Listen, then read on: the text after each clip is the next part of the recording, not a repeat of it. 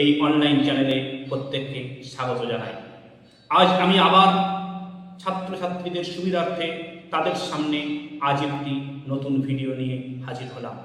আজকে আমার এই ভিডিওর যে মূল বিষয় সেটি হলো 2025 সালে যে সকল ছাত্রছাত্রী উচ্চ মাধ্যমিক পরীক্ষা দেবে তোমাদের উদ্দেশ্যে এই ভিডিওটি বানানো হয়েছে।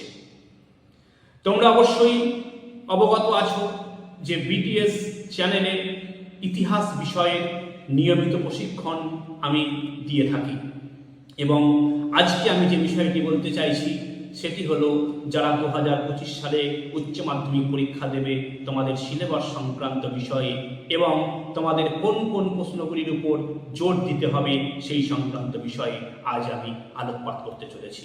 তোমরা অবশ্যই ভিডিওটি প্রথম থেকে শেষ পর্যন্ত দেখো এবং আমাদের এই চ্যানেলের সঙ্গে থাকো। আশা করি তোমরা যথেষ্ট উপকৃত হবে।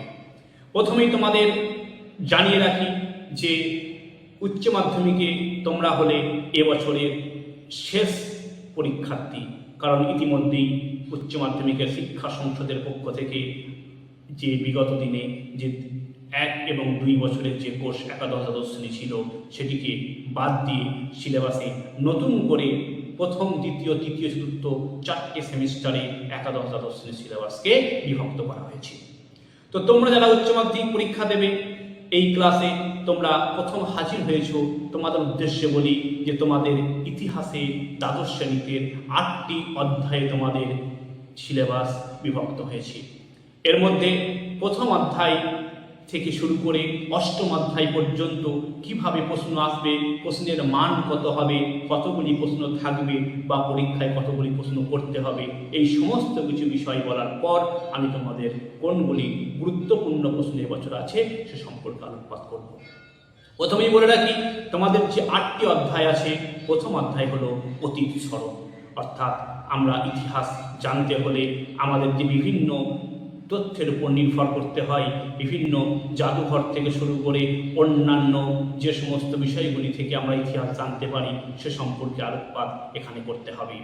দ্বিতীয় অধ্যায় আমাদের আছে ঊনবিংশ এবং বিংশ শতকের উপনিবেশবাদ এবং সাম্রাজ্যবাদের প্রসার, যেখানে ঊনবিংশ থেকে শুরু করে বিংশ শতক পর্যন্ত ইউরোপের সাম্রাজ্যবাদ যেভাবে এশিয়া এবং আফ্রিকার বিভিন্ন দেশে ছড়িয়ে পড়েছে সে সম্পর্কে আমাদের এই দ্বিতীয় অধ্যায়ে পড়তে হবে। আমাদের তৃতীয় অধ্যায়ে আছে ঔপনিবেশিক আধিপত্যের প্রকৃতি, নিয়মিত এবং অনিয়মিত সাম্রাজ্য, অর্থাৎ ঔপনিবেশিক আধিপত্য কিভাবে বিভিন্ন দেশে ছড়িয়ে পড়ছে, তার প্রকৃতি কীরকম, কিভাবে সেটা নিয়মিত হচ্ছে কিনা, বা কোনো কোনো জায়গায় সেই সাম্রাজ্যবাদ কিন্তু বেশি দিন টিকে থাকছে না, অনিয়মিত হয়ে যাচ্ছে, সেটাও কিন্তু আমাদের দেখতে হবে। চতুর্থ অধ্যায়ে আমাদের নাম আছে সাম্রাজ্যবাদের বিরুদ্ধে প্রতিক্রিয়া, অর্থাৎ এক্ষেত্রে এই যে সাম্রাজ্যবাদ বিভিন্ন জায়গায় প্রতিষ্ঠিত হলো, সেই সাম্রাজ্যবাদের বিরুদ্ধে বিভিন্ন দেশে যে আন্দোলন শুরু হয়েছিল সেটা কিন্তু আমাদের চতুর্থ অধ্যায়ের মধ্যে পড়তে হবে। পঞ্চম অধ্যায়ে আমাদের নাম আছে ঔপনিবেশিক ভারতের শাসন, অর্থাৎ আমরা প্রত্যেকেই জানি যে প্রায় 190 বছর 1757 সালে পলাশির যুদ্ধে নবাব সিরাজউদ্দৌলার পতনের মধ্য দিয়ে বাংলা তথা ভারতবর্ষে যে ব্রিটিশ শাসনের সূত্রপাত ঘটেছিল 1947 খ্রিস্টাব্দে স্বাধীনতা লাভের মধ্য দিয়ে সেই ব্রিটিশ শাসনের অবসান ঘটেছিল। এই 190 বছর ভারতবর্ষে ব্রিটিশ শাসনের সময়কালে যে ঔপনিবেশিক শাসনটা কিভাবে চলেছিল তাদের বিভিন্ন নিয়ম নীতি, আইন কানুন সম্পর্কে আমাদের এই অধ্যায়ে পড়তে হবে।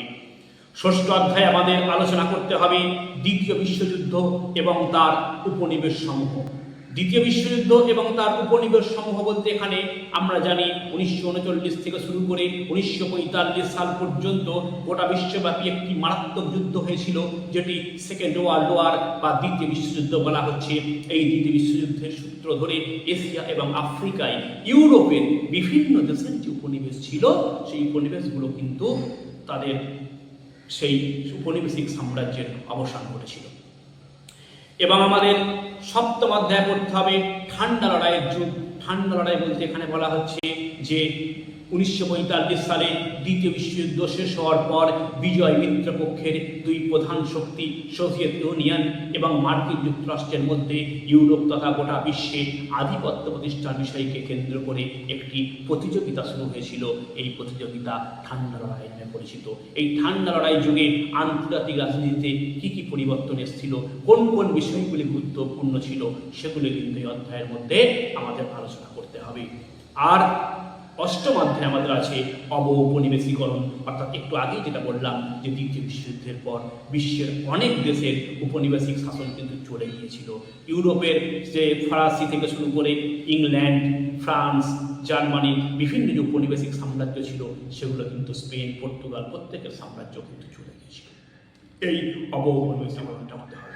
আমাদের উচ্চ মাধ্যমিক পরীক্ষার ফাইনাল পরীক্ষায় সাধারণত প্রশ্নের মাপ 3 ধরনের হয়ে থাকে: এমসিকিউ, এসএকিউ এবং বড় প্রশ্ন, যেটা ডেসক্রিপটিভ টাইপ কোশ্চেন বলা হচ্ছে। এমসিকিউ প্রশ্ন আমাদের প্রতিটা প্রশ্নের মান 1 নম্বর করে। এখানে 4টে অপশন দেওয়া থাকবে এবং সেই অপশনের মধ্যে যেটা সঠিক উত্তর ছাত্রছাত্রীদেরকে সেটা চয়েস করতে হবে। এক্ষেত্রে টোটাল প্রশ্ন থাকবে তোমাদের 24টা। এই 24টা প্রশ্নই কিন্তু তোমাদেরকে করতে হবে, কোনো অল্টারনেটিভ প্রশ্ন কিন্তু এই এমসিকিউ এর ক্ষেত্রে দেওয়া হয় না। এবং এই 24টা প্রশ্নের মধ্যে প্রথম অধ্যায় থেকে 2টো, দ্বিতীয় অধ্যায় থেকে 2টো, তৃতীয় অধ্যায় থেকে 3, চতুর্থ থেকে 3, পঞ্চম থেকে 3 এবং লাস্ট 3টে অধ্যায় থেকে 4টে করে মোট 12টা। এইভাবে 24টা প্রশ্ন কিন্তু দেওয়া থাকবে। এই 24টা প্রশ্নই কিন্তু উত্তর প্রত্যেকটা ছাত্রছাত্রীকে কিন্তু দিতে হবে। এবং এই এমসিকিউ ছাড়াও আর এক ধরনের প্রশ্ন আছে যেটাকে এসএকিউ বলা হয়, শর্ট প্রশ্ন, যেটা লিখতে হয়, যার উত্তর লিখতে হয়, সেই টাইপের প্রশ্ন কিন্তু তোমাদের থাকবে। প্রতিটা প্রশ্নের মান এক্ষেত্রেও কিন্তু 1 নম্বর। এক্ষেত্রে দেখা যাবে টোটাল প্রশ্ন থাকবে তোমাদের 24টা, সেখানে উত্তর করতে হবে 16টা। তাহলে তোমরা টোটাল 24 প্লাস 16 টোটাল 40 নম্বর তোমাদের শর্ট প্রশ্ন থাকবে। 24 নম্বর এমসিকিউ এবং 16 নম্বর এসএকিউ। এবং বাকি যে 40 নম্বর রইল, এই 40 নম্বরে তোমাদের টোটাল বড় প্রশ্ন লিখতে হবে 5টি। প্রতিটি প্রশ্নের মান হচ্ছে 8। তাহলে 5 গণিত 8 সমান 40 নম্বরের এমসিকিউ। এই বড় প্রশ্ন তোমাদেরকে কিন্তু এখানে করতে হবে। এই 40টা প্রশ্নের মধ্যে প্রথম, দ্বিতীয়, তৃতীয়, চতুর্থ এই 4টে অধ্যায় থেকে তোমাদের যে কোনো 4টে অধ্যায় থেকে 4টি প্রশ্ন থাকবে এবং গ্রুপ বি যেখানে বলা হচ্ছে সেখানে লাস্ট 4টে অধ্যায় থেকে 4টে প্রশ্ন থাকবে। এই টোটাল 8টা অধ্যায় থেকে 8টা প্রশ্ন থাকবে।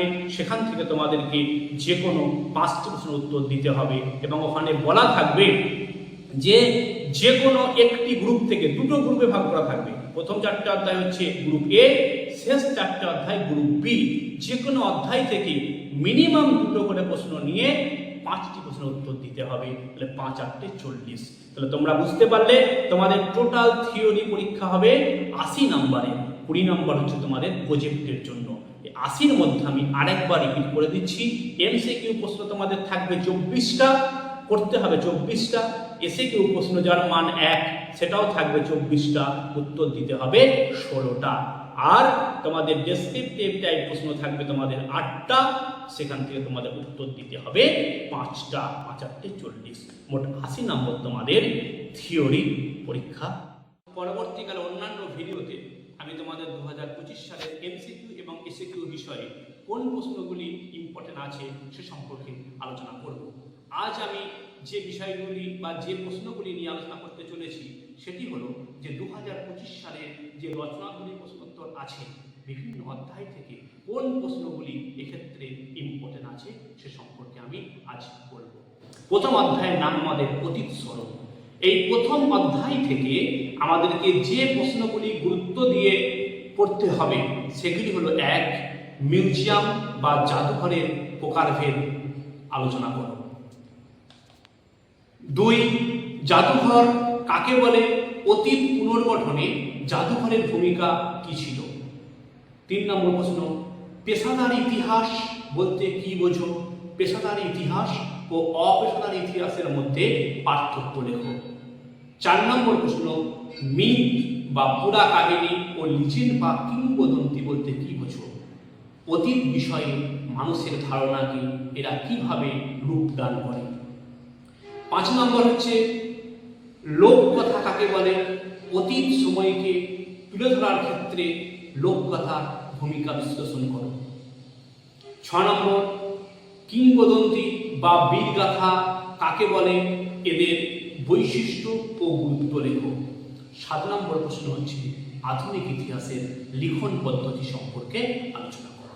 এই 7টি প্রশ্ন আমাদের আলোচনা করা হবে, কারণ এগুলি গুরুত্ব দিয়ে পড়তে হবে। এর মধ্যে অবশ্যই কোনগুলো বেশি গুরুত্বপূর্ণ সেগুলো পরবর্তীকালে অন্যান্য ভিডিওতে বলা হবে। দ্বিতীয় অধ্যায় আমাদের যে নাম আছে ঊনবিংশ এবং বিংশ শতকের উপনিবেশবাদ এবং সাম্রাজ্যবাদের প্রসার। এক্ষেত্রে যে প্রশ্নগুলি গুরুত্বপূর্ণ আছে সেটি 1 নম্বর ঔপনিবেশিক সমাজে জাতি সংক্রান্ত প্রশ্ন এবং তার প্রভাব আলোচনা করো। অথবা এই প্রশ্নটি ঘুরিয়ে পড়তে পারে জাতি বৈষম্য বলতে কি বোঝো, ঔপনিবেশিক রাষ্ট্রগুলিতে জাতি বৈষম্যের প্রভাবগুলি লেখো। 2 নম্বর প্রশ্ন উপনিবেশবাদ কাকে বলে, উপনিবেশবাদের সঙ্গে সাম্রাজ্যবাদের সম্পর্ক নির্ধারণ করো। 3 নম্বর প্রশ্ন সাম্রাজ্যবাদ বলতে কি বোঝায়, সাম্রাজ্যবাদের উদ্ভবের কারণ লেখো। 4 নম্বর প্রশ্ন নব্য সাম্রাজ্যবাদ বলতে কি বোঝো, নব সাম্রাজ্যবাদ প্রথম বিশ্বযুদ্ধের জন্য দায়ী ছিল, লেনিনের এই উক্তির তাৎপর্য ব্যাখ্যা করো। 5 নম্বর প্রশ্ন হচ্ছে মার্কেন্টাইল মূলধন বলতে কি বোঝো, এই মতবাদের প্রধান বক্তব্যগুলি লেখো। তাহলে দ্বিতীয় অধ্যায় থেকে এই যে 5টি প্রশ্নের কথা আমি বললাম, এই 5টি প্রশ্ন হলো গুরুত্বপূর্ণ। তৃতীয় অধ্যায় আমাদের হচ্ছে ঔপনিবেশিক আধিপত্যের প্রকৃতি, নিয়মিত এবং অনিয়মিত সাম্রাজ্য। এখান থেকে যে প্রশ্নগুলি আমাদের পড়তে হবে, প্রথম ক্যান্টন বাণিজ্যের প্রধান বৈশিষ্ট্যগুলি কি ছিল লেখো, এই বাণিজ্যের কেন অবসান হয়। 2 নম্বর অবশিল্পায়ন বলতে কি বোঝো, ভারতের অর্থনীতিতে এর প্রভাব লেখো। 3 নম্বর ভারতে রেলপথ বিস্তারের কারণ ও ফলাফল আলোচনা করো। অথবা প্রশ্নটা এইভাবে ঘুরিয়ে পড়তে পারে ভারতে কে কবে রেলপথ স্থাপন করেন, রেলপথ স্থাপনের বিভিন্ন উদ্দেশ্য কি ছিল। 4 নম্বর প্রশ্ন ব্রিটিশ ইস্ট ইন্ডিয়া কোম্পানির আমলে ভারতে ভূমি রাজস্ব ব্যবস্থার সংক্ষিপ্ত পরিচয় দাও। এই প্রশ্নটা খুবই গুরুত্বপূর্ণ যে ব্রিটিশ ইস্ট ইন্ডিয়া কোম্পানির আমলে ভারতের ভূমি রাজস্ব ব্যবস্থার সংক্ষিপ্ত পরিচয় দাও। 5 নম্বর প্রশ্ন পলাশী ও বক্সার যুদ্ধের ফলাফলের তুলনামূলক আলোচনা করো। এবং 6 নম্বর প্রশ্ন কে কবে চিরস্থায়ী বন্দোবস্ত প্রবর্তন করেন, চিরস্থায়ী বন্দোবস্তের ফলাফল লেখো। চতুর্থ অধ্যায় আমাদের সিলেবাসে আছে সাম্রাজ্যবাদের বিরুদ্ধে প্রতিক্রিয়া। এই সাম্রাজ্যবাদের বিরুদ্ধে প্রতিক্রিয়া এই যে অধ্যায় আছে, এখান থেকে আমাদের গুরুত্বপূর্ণ প্রশ্ন হলো আলিগড় আন্দোলনের উপর একটি সংক্ষিপ্ত বিবরণ দাও। অথবা স্যার সৈয়দ আহমদ খানের নেতৃত্বে মুসলিম সংস্কার আন্দোলন আলোচনা করো। 2 নম্বর প্রশ্ন হচ্ছে এই অধ্যায়ের বাংলা নবজাগরণের প্রকৃতি আলোচনা করো এবং এর সীমাবদ্ধতা কি ছিল। আমাদের 3 নম্বর প্রশ্ন এই অধ্যায় থেকে পড়তে হবে ব্রিটিশ ঔপনিবেশিক শাসনকালে ভারতের আদিবাসী ও দলিত সম্প্রদায়ের আন্দোলনের বিবরণ দাও। 4 নম্বর প্রশ্ন চীনে চৌঠামে আন্দোলনের কারণ কি ছিল এবং এই আন্দোলনের প্রভাব আলোচনা করো। 5 নম্বর শতকে বাংলার সমাজ সংস্কার আন্দোলনে বিদ্যাসাগরের ভূমিকা লেখো। 7 নম্বর প্রশ্ন উচ্চ শিক্ষা সমাজ সংস্কার হিসাবে রামমোহনের ভূমিকা ব্যাখ্যা করো। 5ম অধ্যায় হচ্ছে আমাদের ঔপনিবেশিক ভারতের শাসন। এই ঔপনিবেশিক ভারতের শাসন এই অধ্যায় থেকে আমাদের যে প্রশ্ন পড়তে হবে রাওলাট আইনের উদ্দেশ্য কি ছিল, গান্ধী কেন এই আইনের বিরোধিতা করেছিলেন। 2 নম্বর প্রশ্ন মন্টেগু চেমস্ফোর্ড শাসন সংস্কার আইনের বৈশিষ্ট্যগুলি লেখো, এই আইনের বিরোধিতা বা ত্রুটিগুলি লিখুন, এই আইনের ধারাগুলি কি ছিল। পরের প্রশ্ন আমাদের পড়তে হবে জালিয়ানওয়ালাবাগ হত্যাকাণ্ডের প্রেক্ষাপট আলোচনা করো এবং এই ঘটনার গুরুত্ব কি ছিল। এবং এই অধ্যায়ের পরবর্তী প্রশ্ন হলো 1909 খ্রিস্টাব্দে ভারত শাসন আইনের পটভূমি ব্যাখ্যা করো এবং এই আইনের ত্রুটিগুলি লিখো। তাছাড়া এই অধ্যায় থেকে আরেকটি গুরুত্বপূর্ণ প্রশ্ন হলো দ্বিতীয় বিশ্বযুদ্ধের সময় বাংলার দুর্ভিক্ষের কারণগুলি কি ছিল, বা বাংলায় 50-এর মন্বন্তরের ফলাফল কি ছিল, অর্থাৎ দ্বিতীয় বিশ্বযুদ্ধের সময় 1943 খ্রিস্টাব্দে বাংলায় যে মন্বন্তর হয়েছিল সেই মন্বন্তরের কারণ এবং ফলাফল। এই অধ্যায়ের পরবর্তী প্রশ্ন, ভারতের অর্থনীতিতে প্রথম বিশ্বযুদ্ধের কি প্রভাব পড়েছিল, অথবা ভারতের উপর প্রথম বিশ্বযুদ্ধের অর্থনৈতিক প্রতিক্রিয়া কি ছিল। ষষ্ঠ অধ্যায়, আমাদের ষষ্ঠ অধ্যায়ের সিলেবাসে নামকরণ করা আছে দ্বিতীয় বিশ্বযুদ্ধ এবং উপনিবেশ সমূহ। এখানে যে প্রশ্নটি সবচেয়ে বেশি গুরুত্বপূর্ণ, ভারতবর্ষের স্বাধীনতা সংগ্রামে সুভাষচন্দ্র বসুর অবদান পর্যালোচনা করো। দ্বিতীয় প্রশ্ন, ক্রিস মিশনের প্রস্তাবগুলি আলোচনা করো। ক্রিস এই মিশনের ব্যর্থতার কারণগুলি উল্লেখ করো। 3 নম্বর প্রশ্ন, নৌ বিদ্রোহের কারণ ও গুরুত্ব লেখো। 4 নম্বর প্রশ্ন, মাউন্টব্যাটেন পরিকল্পনা কি, এই পরিকল্পনার ফল কি হয়েছিল, এই পরিকল্পনা বিষয়ে ভারতীয় নেতৃবৃন্দের কি মনোভাব ছিল। 5 নম্বর প্রশ্ন, ভারত ছাড়ো আন্দোলন কেন ব্যর্থ হয়েছিল, এই আন্দোলনের গুরুত্ব আলোচনা করো। অথবা এরকম করতে পারে, আগস্ট আন্দোলনের ব্যর্থতার কারণগুলি সম্পর্কে লেখো, এর গুরুত্ব কি ছিল। কারণ আমরা জানি যে ভারত ছাড়ো আন্দোলন হয়েছিল 1942 খ্রিস্টাব্দের আগস্ট মাসে, কাজে 1942 আন্দোলন বলতে পারে, ভারত ছাড়ো আন্দোলন বলতে পারে, অথবা আগস্ট আন্দোলন বলতে পারে, বিষয়টা কিন্তু একই। আর এই অধ্যায়ের আরেকটি গুরুত্বপূর্ণ প্রশ্ন হচ্ছে ইন্দোনেশিয়ার জাতীয়তাবাদী আন্দোলনে সুকর্ণর ভূমিকা লেখো। ইন্দোনেশিয়াকে স্বাধীন করার ক্ষেত্রে সুকর্ণ কি ভূমিকা নিয়েছিলেন, সেটাই অধ্যায়ের একটি গুরুত্বপূর্ণ প্রশ্ন। এরপর আমরা চলে আসবো সপ্তম অধ্যায়। আমাদের সপ্তম অধ্যায়ের নাম হচ্ছে ঠান্ডা লড়াইয়ের যুগ।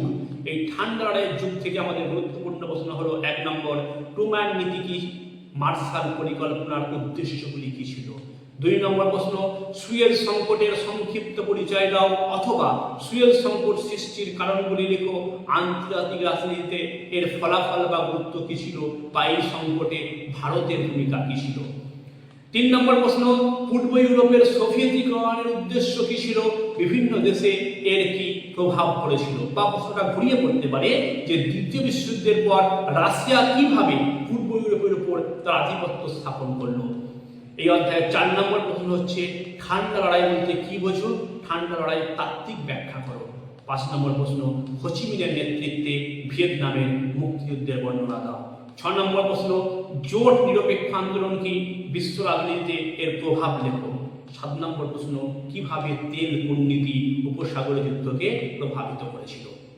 আমাদের শেষ অধ্যায় 8ম অধ্যায়, যার নামকরণ অবঔপনিবেশিকরণ।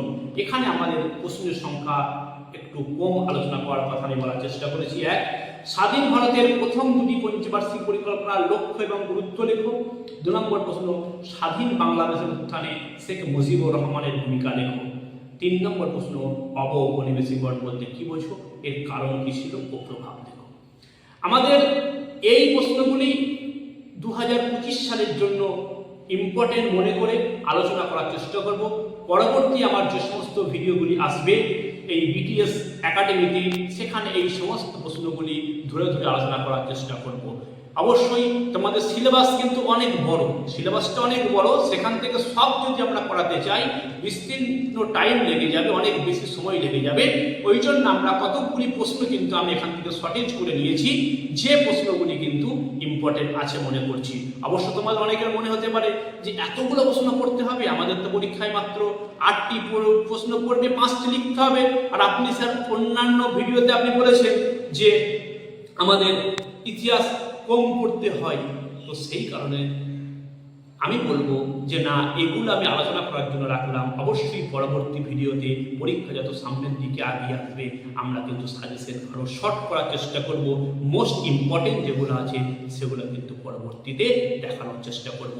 তোমরা অবশ্যই এই বিটিএস একাডেমি চ্যানেলের সঙ্গে থাকো এবং প্রতিনিয়ত আমার ভিডিও এই চ্যানেলে আসবে।